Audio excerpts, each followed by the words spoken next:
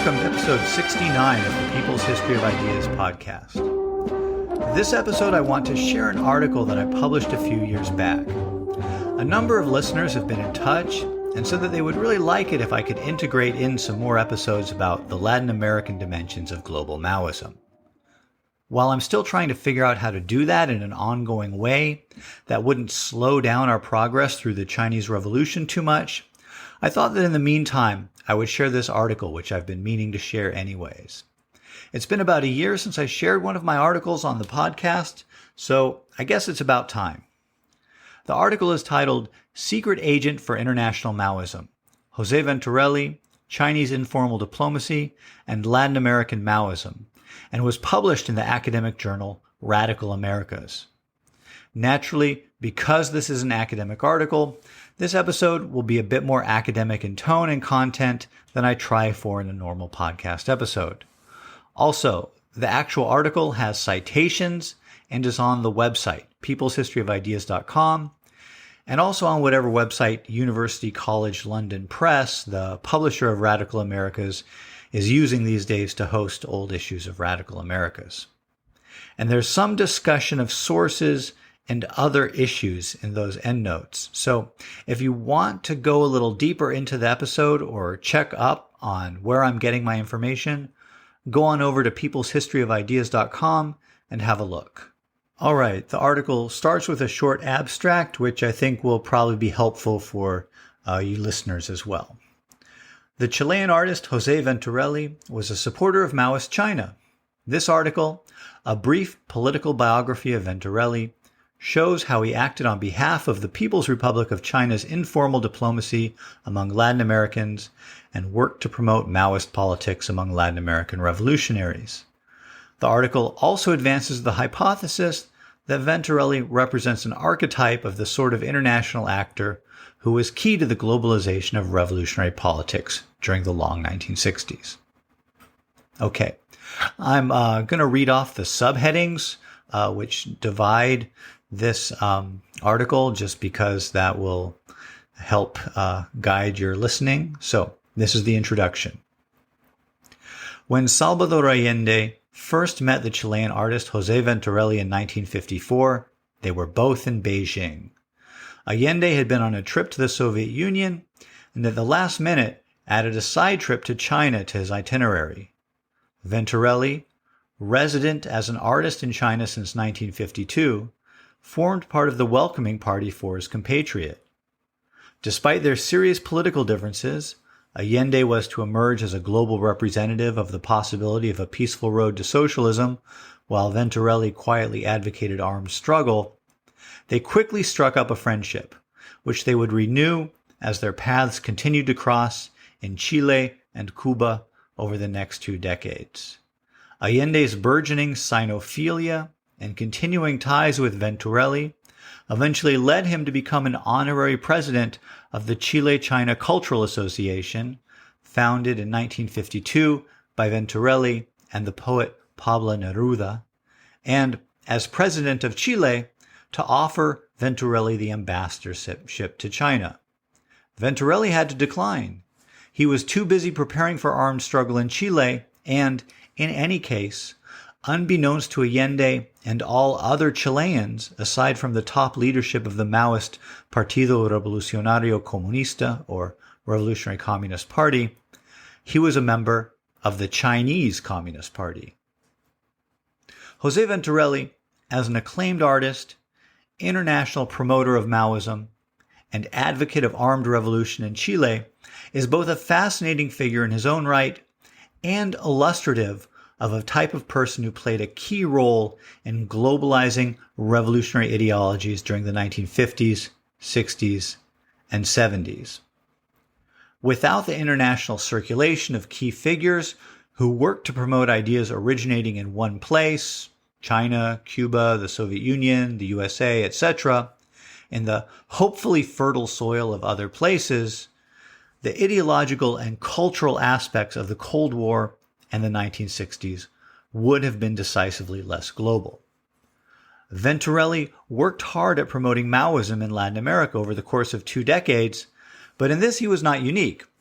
As I show in Trans-Pacific Revolutionaries, there were surprisingly large numbers of Latin Americans who traveled to China and worked to domesticate Maoist ideas in their local contexts during the 1949 to 1976 period of Maoist rule in China. And the Maoists were not unique in this regard. Various stripes of communist and radical crisscrossed the globe in order to learn from others, share ideas with them, and disseminate ideas. The most famous of these figures is the swashbuckling motorcycle enthusiast and guerrilla leader Ernesto Guevara. The case of the Mexican Movimiento de Acción Revolucionaria, the Revolutionary Action Movement, guerrillas trained by North Korea, is well known. Their origins as students at Moscow's Patrice Lumumba University are less well known. The Guatemalan José María Ortiz Vides participated in military training in Cuba in 1962 along with other Guatemalans, and then went to Vietnam to learn from the National Liberation Front with the Vietnam War in full swing. Ortiz later went to Mexico and helped to found the Unión del Pueblo guerrilla organization. This list could go on much longer, but suffice it to say that the globe-trotting revolutionary leader was an important category of person in the formation of Latin America's New Left, and certainly for the armed wing of the New Left. Venturelli was in this respect representative of a type. But Venturelli was also unique. He was principally known as an artist, and his works achieved international recognition, especially in Latin America and the Socialist Bloc. Despite the embrace of his work by the Socialist Bloc, he was a vocal critic of socialist realism.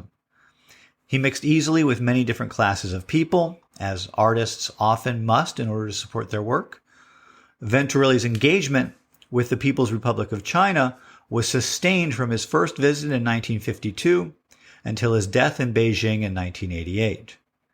During this time, his political commitments led him to secretly join the Chinese Communist Party and to work to promote Maoist ideas within the milieus of the revolutionary left. Venturelli's work to advance China's cause internationally brought him into a close political relationship with Zhou Enlai and led to his expulsion from Cuba and denunciation by Castro during the Sino-Soviet split. His international reputation was great enough, however, that Castro later recanted his stinging denunciation of Venturelli. Despite enjoying ties of friendship with Allende, Venturelli played an important background role in the development of the Maoist trend in Chile and in preparations for popular armed struggle in the event of a coup against Allende's government, preparations which bore no fruit when the time came. These unique characteristics of Venturelli, combined with his representative character as one of the influential world travelers of the revolutionary left, at once make him an interesting historical figure in his own right, and also allow his biography to serve as a window on transnational Cold War revolutionary connections that have been deliberately occluded due to the security culture surrounding revolutionary left politics in Latin America during this period.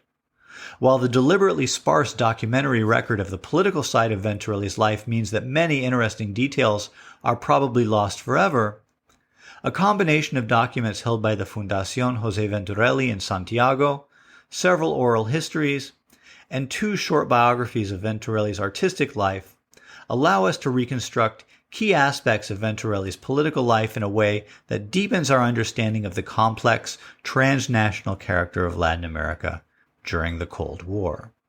This next section is titled Anarchy and Childhood. Balila Venturelli, José's father, arrived in Chile in 1920, having left Italy one step ahead of the law. He had been jailed for his anarchist political activities and sought greener pastures in the Southern Cone, like so many other Italian immigrants of the period. In Chile, Balila Venturelli joined the Chilean branch of the Industrial Workers of the World. Unlike in Italy, his political work did not prevent him from finding work as a civil engineer and settling down, and José Venturelli was born in 1924 into a household which doubled as a neighborhood radical salon and library. Because Balila died in 1933, José did not undergo much of a political apprenticeship under his father's direction. What effect did growing up in an anarchist household have on Venturelli's later political commitments? In 1984, Venturelli described a process of sorting through his father's library and discovering the political ideas and commitments of his father that way. Aside from this statement, we know that while José's mother, Carmela Eade, did not engage in as much activism as Balila, she did share his ideals. Anarchists in the early 20th century sometimes held novel ideas about child-rearing and tended to be much more liberal than the social norm in child-rearing practices. For example, prominent contemporary anarchist Emma Goldman stated that child-rearing should emphasize the, quote, free growth and development of the innate forces and tendencies of the child. And this way alone can we hope for the free individual and eventually also for a free community, which shall make interference and coercion of human growth impossible, end quote. Mikhail Bakunin, one of anarchism's founding fathers, wrote that, quote, children belong neither to their parents nor to society. They belong to themselves and to their own future liberty, end quote. While the anarchist rank and file often did not fully share the ideas of leading anarchist thinkers on such issues as family life, free love, and gender roles, it's almost certain that any middle-class anarchist family with a large library of anarchist books would have seriously considered at least partially implementing libertarian child-rearing practices. This next section is subtitled Friend of Siqueiros and Neruda. When he was 13 years old, Venturelli joined the cell of the Juventud Comunista at his school. That's the communist youth in Spanish.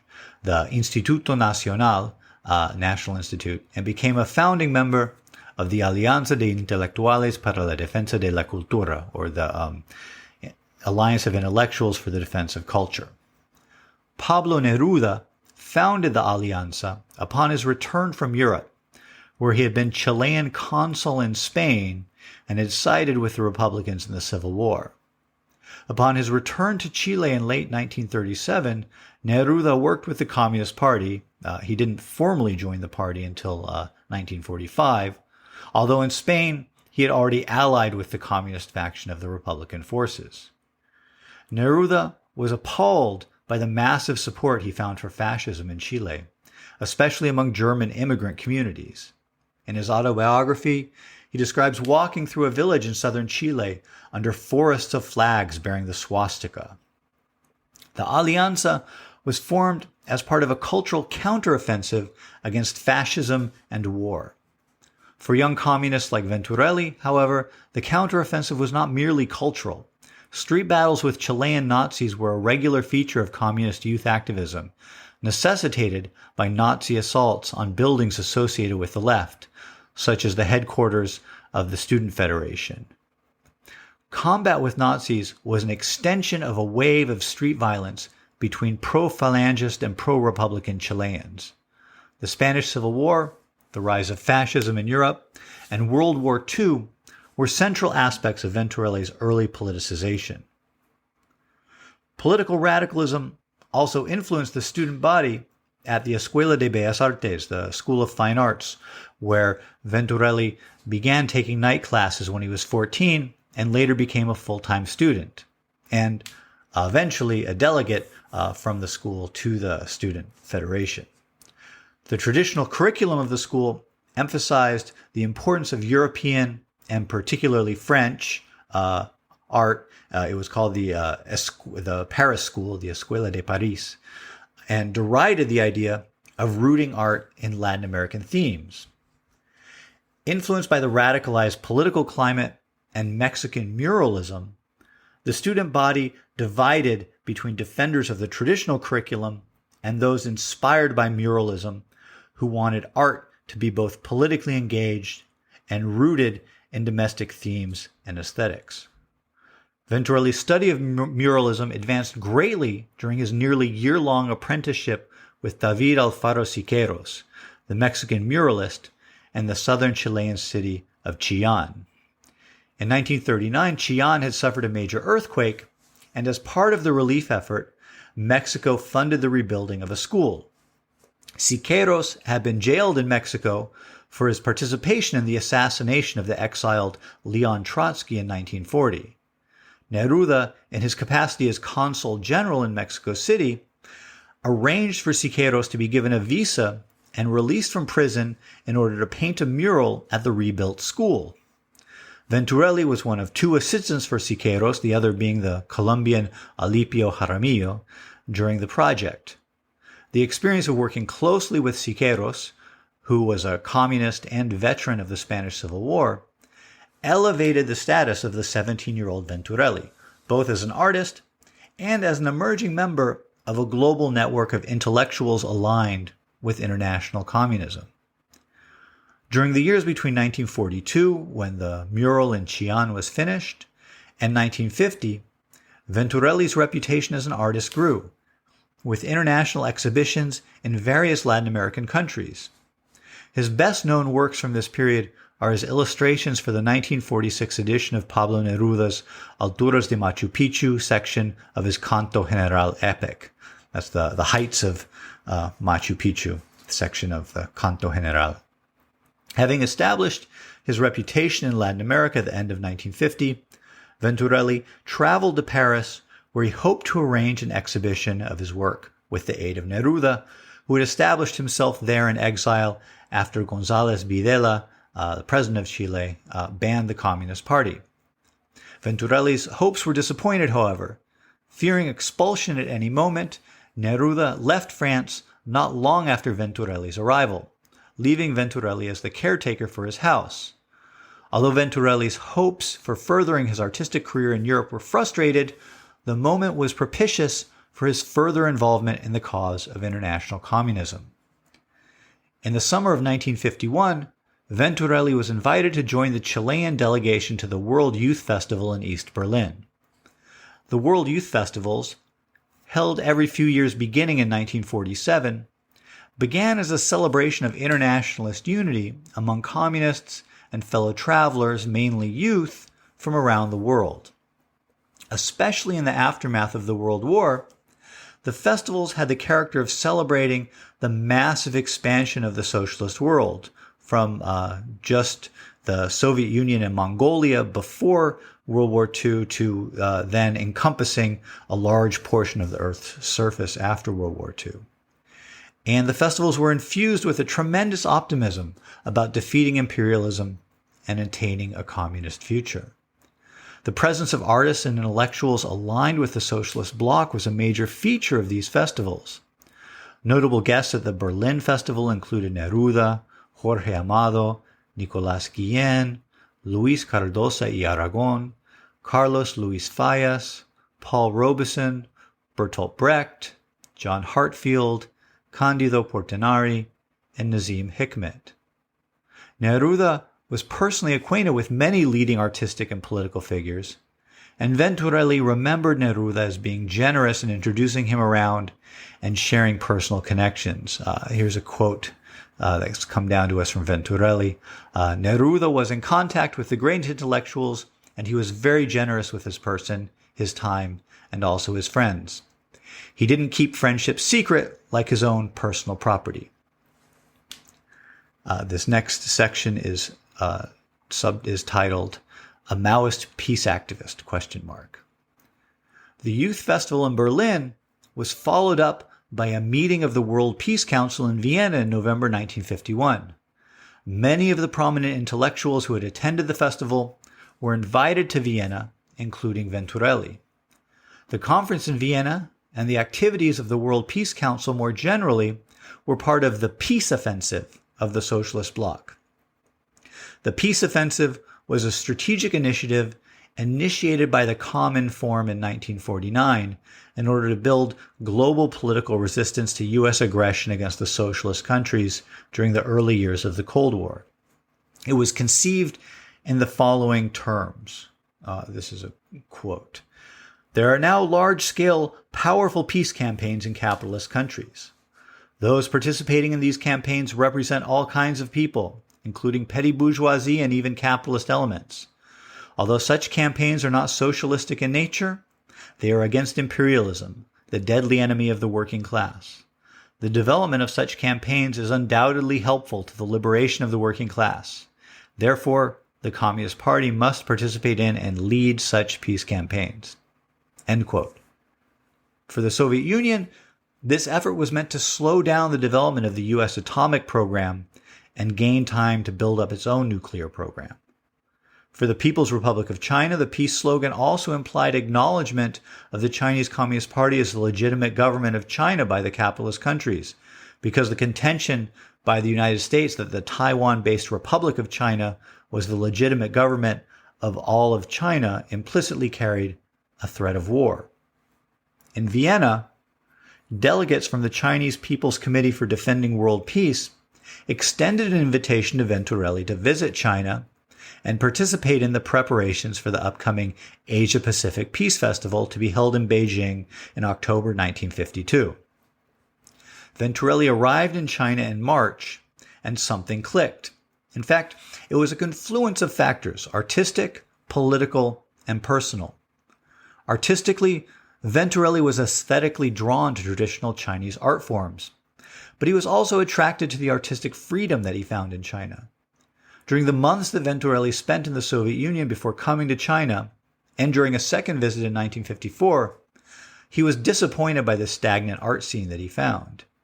He met with talented painters, refugees, and Soviet citizens alike, who either could not produce art because it did not fit within the confines of acceptable socialist realist doctrine, or produce socialist realist art in order to survive instead of pursuing their artistic visions. When one thinks of Chinese art, during the Maoist period of 1949 to 76, artistic freedom is not usually the first thing that comes to mind. Yet, while art was heavily politicized and individual artistic freedom was certainly restricted, traditional Chinese art forms were not entirely suppressed, except during the anti-rightist campaign of 1957 to 58 and a part of the 1966 to 76 Cultural Revolution. Indeed, one line of thought in the Communist Party sought to identify the communist state with China's rich cultural history and consequently supported traditional art forms. Venturelli was given a studio and resources to pursue the study of Chinese art, and he experienced a form of artistic freedom that foreign communists in the Soviet Union would have been envious of. China appealed to Venturelli politically for the same reason that many Marxists and revolutionary nationalists from third world countries were initially drawn to China. They saw the Chinese experience of armed revolution and economic modernization as holding lessons that were relevant for their home countries because of perceived similarities, or for the more doctrinaire, universal characteristics shared by all countries categorized as semi-feudal and semi-colonial. Additionally, arriving in China in the early 1950s, it would have been hard for a communist to be unaffected by the enthusiasm and mass action that surrounded the early years after the revolutionary triumph of 1949. Finally, on a personal level, China was very good for Venturelli's health.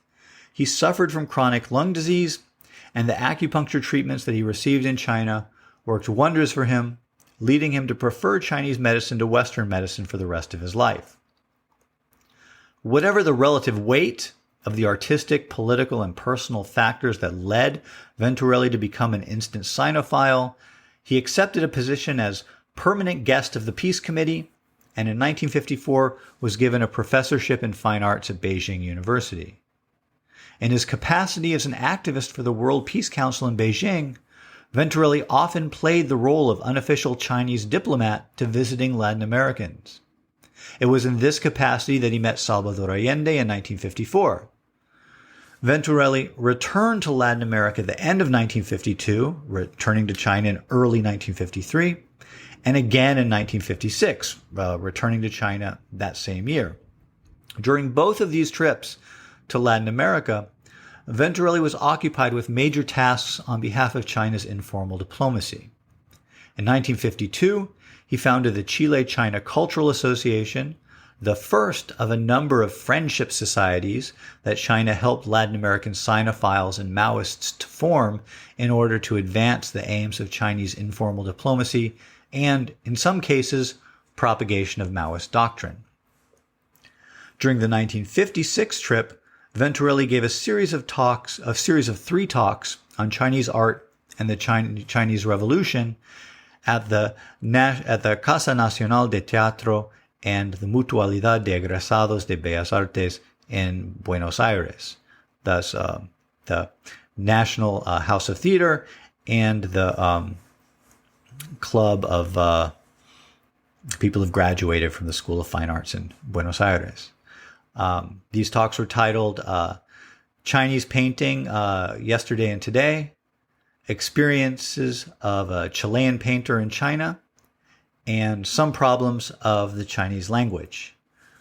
These talks focused on basic aspects of Chinese history and culture, emphasizing the unparalleled popularization and accessibility of culture for the majority of the Chinese people since the victory of the revolution.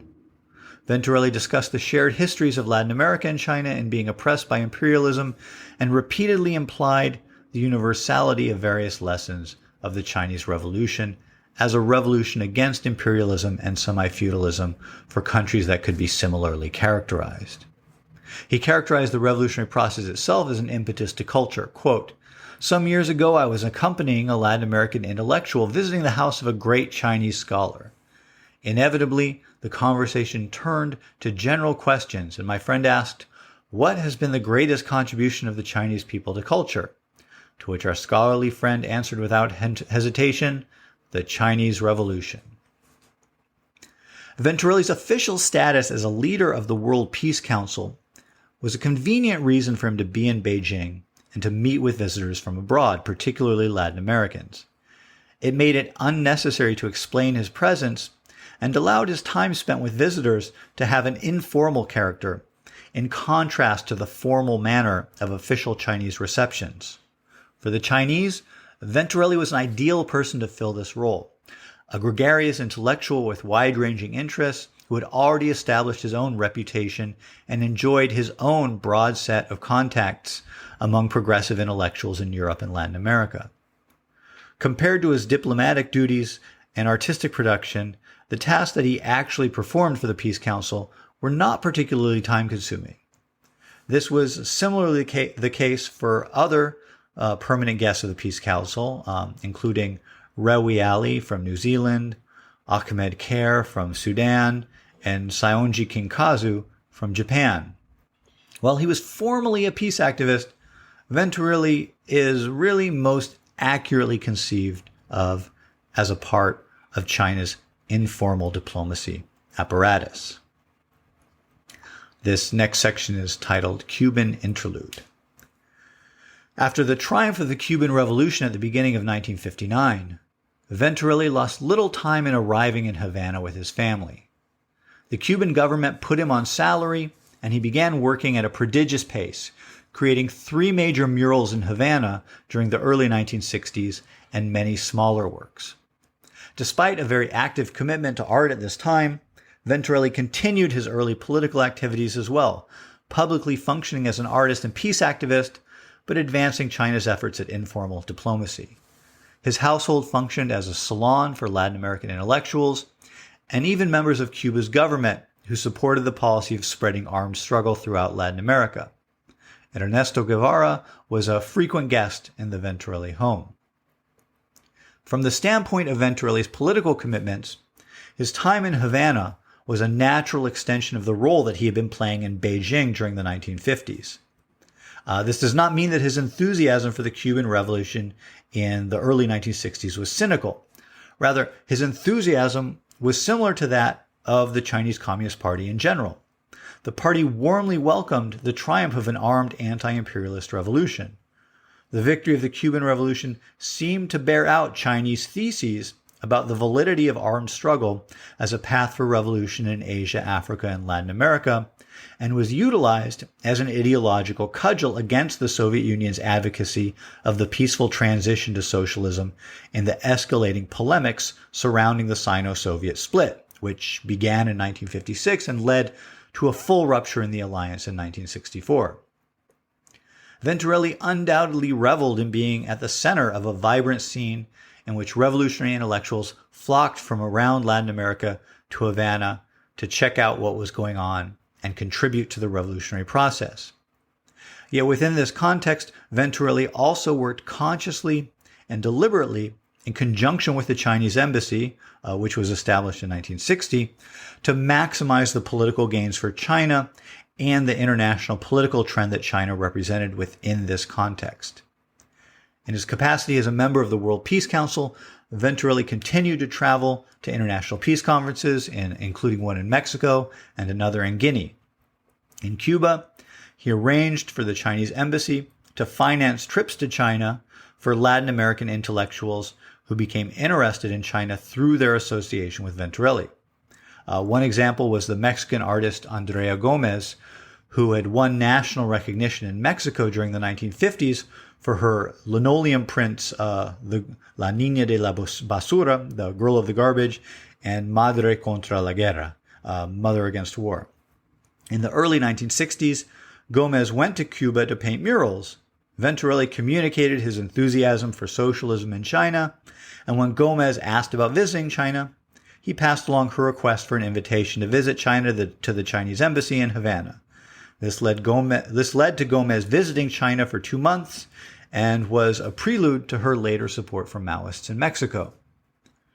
During the early 1960s, the Sino-Soviet split was coming more and more into the open. By 1959, the Chinese Party had begun to systematically work to win over foreign comrades, particularly those from third world countries, to its political line by institutionalizing 6-month-long study and travel programs meant to train foreign communists in China's political line. One of the main bones of contention between China and the Soviet Union was the idea of a peaceful transition to socialism, advocated by the Soviet Party beginning in 1956. While this was not the only point of dispute, this was a particular focus for Latin American communists, for whom the strategic question of armed struggle was of immense immediate practical concern if that was to be the path they were going to take. Initially, there seemed to be congruence between the Chinese and Cuban positions on armed struggle, as Cuba almost immediately began aiding armed revolutionary efforts, first in the Caribbean and later further afield in Latin America and Africa after the victory of the 1959 revolution. In addition to working to influence Latin Americans from outside Cuba who had traveled to the country, Venturelli also played an active role in Chinese efforts to win over the Cuban government to its side in the Sino-Soviet dispute. Apart from the informal way in which his home functioned as a salon, Venturelli also returned to China at least twice in the early 1960s, in 1960 and 1962, and was reported by Peking Review to be present at a banquet for a visiting Cuban delegation. It seems likely that Venturelli was back in China to help in Chinese diplomatic efforts in Latin America. Venturelli's late 1962 return to China was particularly urgent, as the Brazilian Maoists had already formed their own separate party from the pro-Soviet communists, and China was on the verge of encouraging other Maoists to follow suit. Venturelli's closeness with the embassy staff in Havana is attested to by a personal letter written to Venturelli in 1985 by a former diplomat, which makes clear that their families knew each other well while they were all living in Havana. Cuba initially attempted to take a middle path between China and the Soviet Union during the Sino-Soviet split. However, with the resolution of factional struggles in Cuba favoring pro-Soviet elements and the not unrelated greater ability of the Soviet Union to aid Cuba economically, Cuba swung decisively to the Soviet side in 1964. In mid-1964, the Cuban government requested that China stop all propaganda activities in Cuba. Chinese propaganda in Cuba had been quite aggressive. In addition to José Venturelli's efforts, the Chinese embassy often sent propaganda materials directly to the homes of Cuban government cadres and officers in the armed forces. China refused to stop its propaganda, and Cuban polemics against China sharpened in tone, culminating in a speech on March 13, 1966, in which Castro denounced the Chinese Communist Party, accusing Mao Zedong of senility. During this process, in 1965, Venturelli was asked to leave Cuba.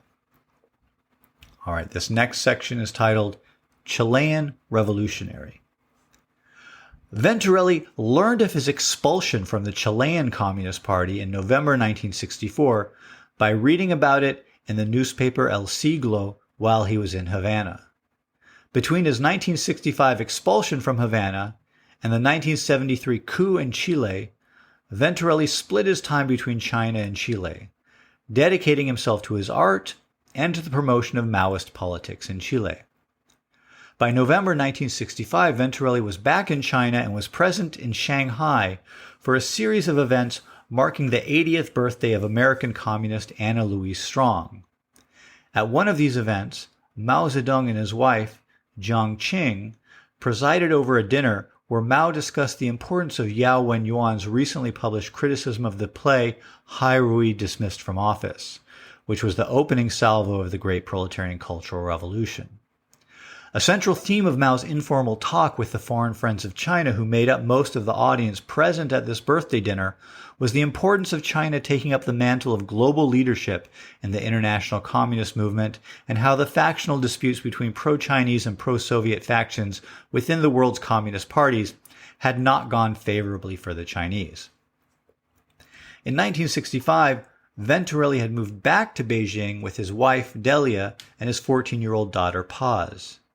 It seems that at least initially, the assumption was that Venturelli would return to his former tasks as an informal diplomat and art professor. His daughter was enrolled in school and became a Red Guard with the launch of the Cultural Revolution, and he had begun functioning as an art professor again. Yet, in 1966, plans changed again. Perhaps it was due to the chaos of the Cultural Revolution. Peking University was an early center of student activism, and the operation of the university was disrupted in 1966. Or perhaps a decision was made that Venturelli should return to Chile to help the nascent Chilean Maoist Party, the Revolutionary Communist Party. Whatever the reason, the Venturelli family returned to Chile in 1966, and Venturelli became involved in Chilean revolutionary politics on a day-to-day basis for the first time since 1951. The Chilean Maoists had begun to operate informally as a faction within the Communist Party during the early 1960s. In most cities, a small nucleus of communist cadres favored the Chinese positions, and many of these cadres were able to make contact with each other. In 1964, these Maoists were expelled from the party, and most of them came together to form the Grupo Espartaco, or Spartacus Group, which went on to constitute itself as the Partido Comunista Revolucionario in 1966. Made up almost entirely of urban communist activists and intellectuals who sympathized with Chinese positions, but who commanded no significant mass base in their own right, the PCR struggled to establish areas of work in the poblaciones callampas, the shanty towns of Santiago, and in the countryside, to which it gave great weight in line with Maoist doctrine promoting a rural-based revolution in third world countries. Among the radical groups advocating armed struggle, it was overshadowed by the Guevarist movement of the revolutionary left, Movimiento de Izquierda Revolucionaria, or MIR. Before the election of Salvador Allende in 1970, the PCR's strategy for revolution had been fairly conventional for Maoist parties in third world countries. Prepare to launch armed struggle in the countryside with the orientation of waging a protracted people's war to surround the cities. The election of Allende complicated matters.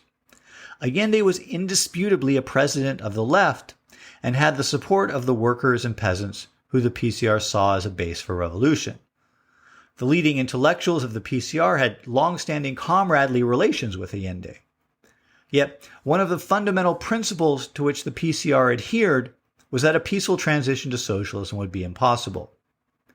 It is a testament to Allende's patience and character as a unifying figure on the Chilean left that he maintained comradely ties with the PCR despite constant, often shrill denunciations of his peaceful road in the PCR's press.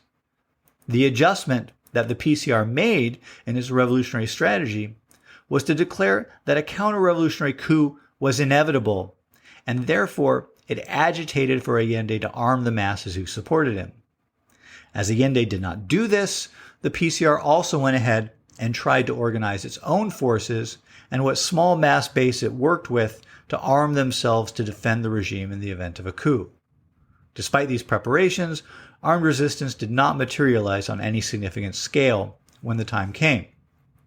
So, what was Venturelli's involvement in all this? Apparently, he was a central player, but also prone to major absences from the scene. He had been in Cuba during the formative struggles that gave rise to Chilean Maoism, but on arrival in Chile, he was made part of the leading secretariat of the PCR.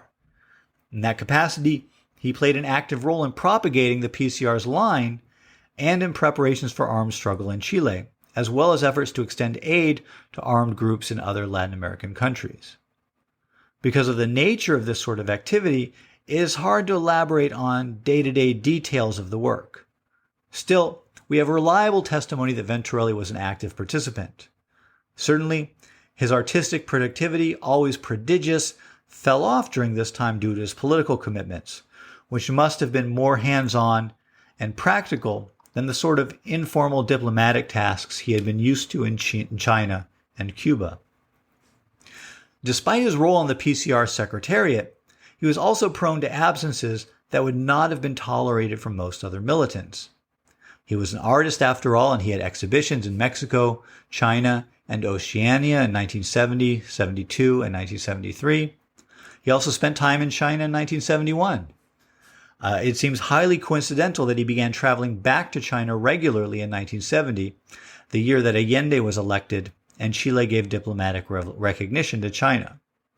Jorge Palacios, a leading member of the PCR, claims that Venturelli was a member of the Chinese Communist Party as well as a member of the PCR, a secret known only to the highest leadership of the PCR. Palacios feels that Venturelli's loyalty to the Chinese Party was greater than to the PCR, although there was no conflict between the two until 1973. Paz Venturelli vehemently denies that Jose was a member of the Chinese Party. Whatever the truth, it is clear that Jose Venturelli had worked very closely with parts of the Chinese Foreign Ministry for many years, and whether formally a party member or not, he was a close collaborator of the party. While it was rare for foreigners to join the Chinese Party, it was not unknown. The Lebanese-American Dr. George Hatem, known by his adopted Chinese name Ma Haida, a close associate of Venturelli as a fellow host of foreign delegations in Beijing, was the first foreigner to join the Chinese Communist Party. As a party member or just a close friend of the Chinese Party, Venturelli seems to have had tasks to perform for the Chinese Party as well as for the PCR in the early 1970s. Tellingly, his studio and home in Beijing had not been given to anyone else during his long absence from Beijing. When the September 11, 1973 coup struck, Venturelli was in the Gobi Desert with his family, in China at least ostensibly for a major exhibition of his art. The Chinese government gave immediate diplomatic recognition to the Pinochet regime. Chinese foreign policy in the early 1970s was guided by the belief that the Soviet Union was a major military threat to China, and the alignment of Allende's government with pro-Soviet forces meant that China had few qualms about recognizing the legitimacy of Pinochet's regime. This was a devastating blow for Chilean Maoists.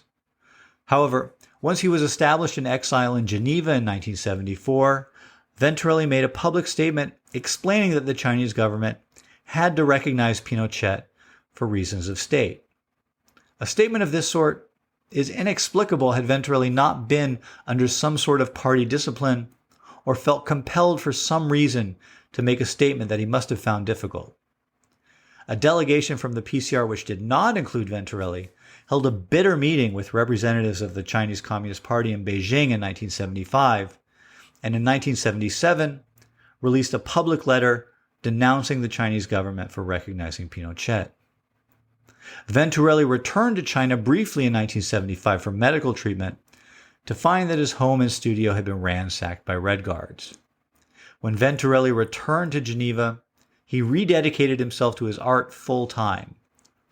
He maintained a correspondence with political friends around the world, many of whom he had met in China, and was regularly invited to the Chinese embassy in Switzerland for major anniversaries, but one gets the impression that politically he was exhausted. He returned to China for medical treatment, and the Chinese government even sent his acupuncturist to Geneva to treat him. His commitment to China remained until the end, when he died in Beijing undergoing medical treatment for his lung condition in 1988. And this concluding section of the article is subheaded, "The Centrality of the Global Revolutionary in the 20th Century Latin American Left." While Venturelli's role as a revolutionary expatriate and member or close collaborator of the Chinese Communist Party was exceptional, his life serves to illustrate the importance of international events to the Latin American left as a whole during the 20th century. His life is punctuated by the centrality of a succession of events originating outside of Chile: Mexican muralism, the Spanish Civil War, the rise of fascism in World War II, the emergence of a large socialist bloc, the Chinese Revolution, the Cuban Revolution, and the Sino-Soviet split all marked his life profoundly. While most Latin American leftists did not spend the lengths of time away from home that Venturelli did, there was a good chance that he was there to meet them if they went to Beijing or, to a lesser degree, Havana, when he was there. In this capacity, he played a key role in Chinese efforts to transmit Maoism to Latin America. Even though most Latin American leftists did not travel to China or to Cuba or the Soviet Union and spent their activist careers dedicated to tasks that might appear on the surface unconnected to international events, mainly organizing tasks related to the day-to-day lives and well-being of workers and peasants, the existence of a life like Venturelli's and the larger numbers of Latin American visitors to China whom he hosted in Beijing highlights the centrality of international affairs and internationalism to the whole project of the revolutionary left in Latin America during the 20th century. If, as Joachim Haberlin has argued, local internationalism has been central to how rank-and-file communists have viewed their own activism as organically a part of both local and global struggles, that internationalism required the existence of people like José Venturelli and other globe-trotting communist figures in order to concretely enact the internationalist commitments of the parties to which the rank-and-file belonged. And as multiple competing internationalist radicalisms came into play during the 1960s, the role of international figures like Venturelli became central to the international contention between the various radical ideologies that formed such a central part of the long and global 1960s. In conclusion, Venturelli's life suggests a point of particular relevance for the study of the long and global 1960s.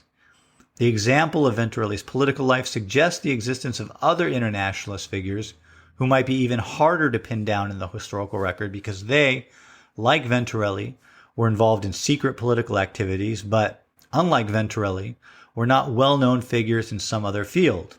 It is important to remember that Venturelli is remembered above all as an artist, not as a communist political figure. I would like to advance the hypothesis that, while these figures were relatively few in number, they played key roles in forging international connections and in the transnational movement of ideas, which were central to globalizing the bundle of phenomena which we find it convenient to refer to as the 1960s. All right, that's the article. A little different, obviously, than one of our regular podcast episodes. I hope you got something from it. Remember, reviews and ratings do help other people to find the podcast. So if you learned something or enjoyed the episode, please go ahead and leave a review or rating for the show. And we'll be back with a more normal episode as we continue our narrative of the Chinese Revolution next episode. All right. Take care.